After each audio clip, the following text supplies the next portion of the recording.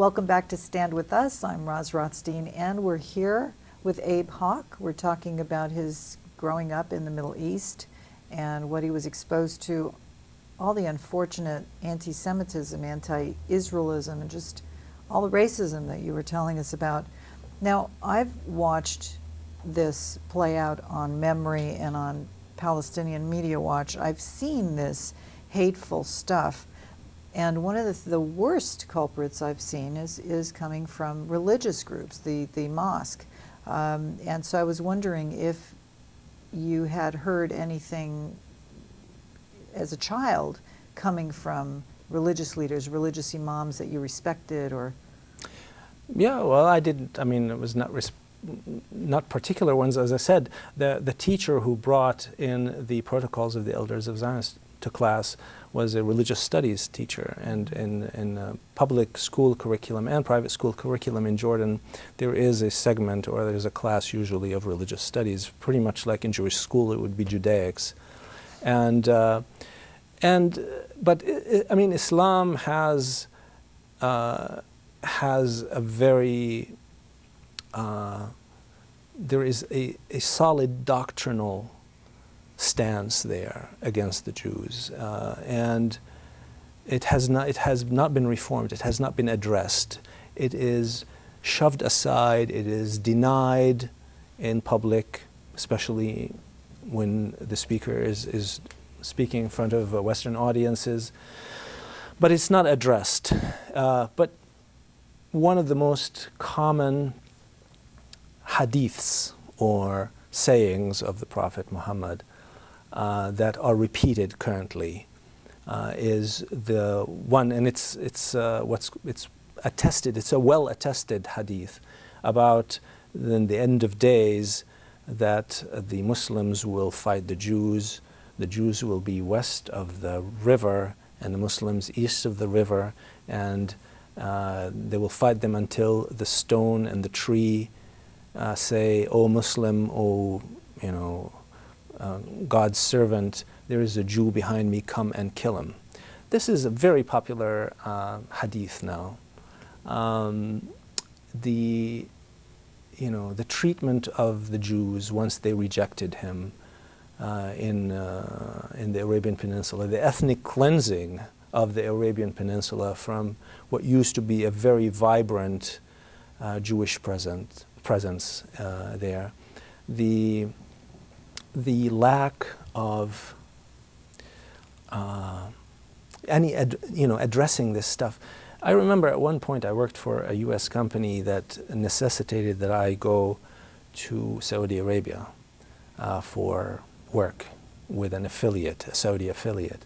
So I had to apply for a visa, and they saw my name, Abraham, and they couldn't recognize, they weren't sure at the embassy or consulate that I was a Jew or an Arab. So they actually asked me to go to an imam of a mosque in San Francisco, and basically for him to certify that I was a Muslim and not a Jew.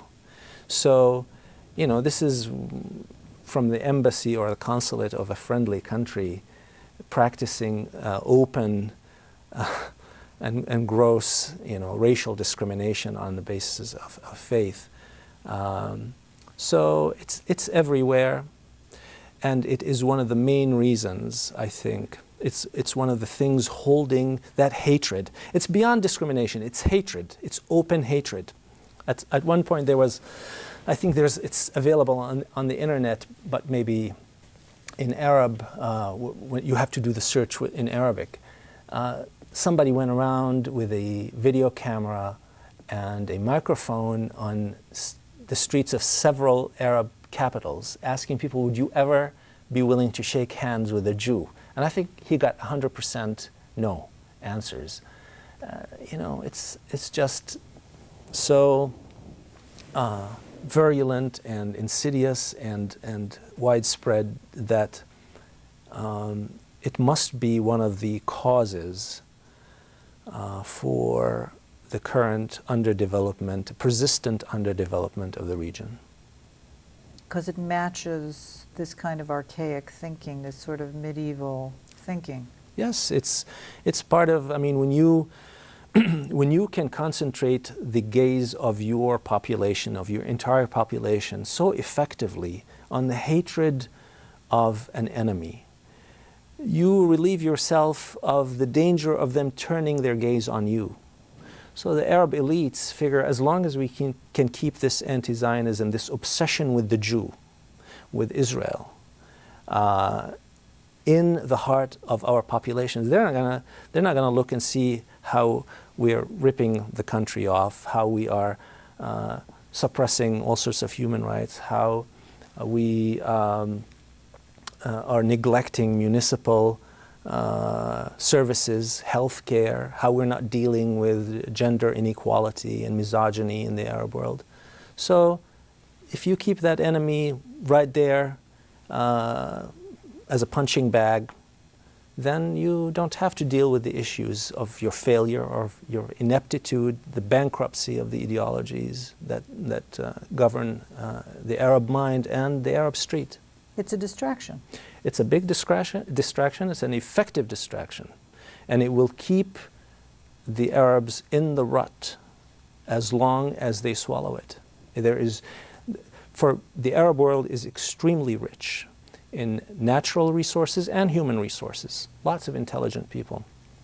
But that is what's locking it. It is its inability to self-reflect, its inability to, so the problem is not natural resources or human resource, it is culture. And that culture, the central issue at that culture is anti-Semitism. There are other issues which I will be happy to talk about after that. So, unfortunately, our time is up, but I want to ask you if you'd be willing to come back again and talk about your today journey and how you see this and more about what your philosophy is. Would you come back? I would be very happy to. Okay. All right. Very good.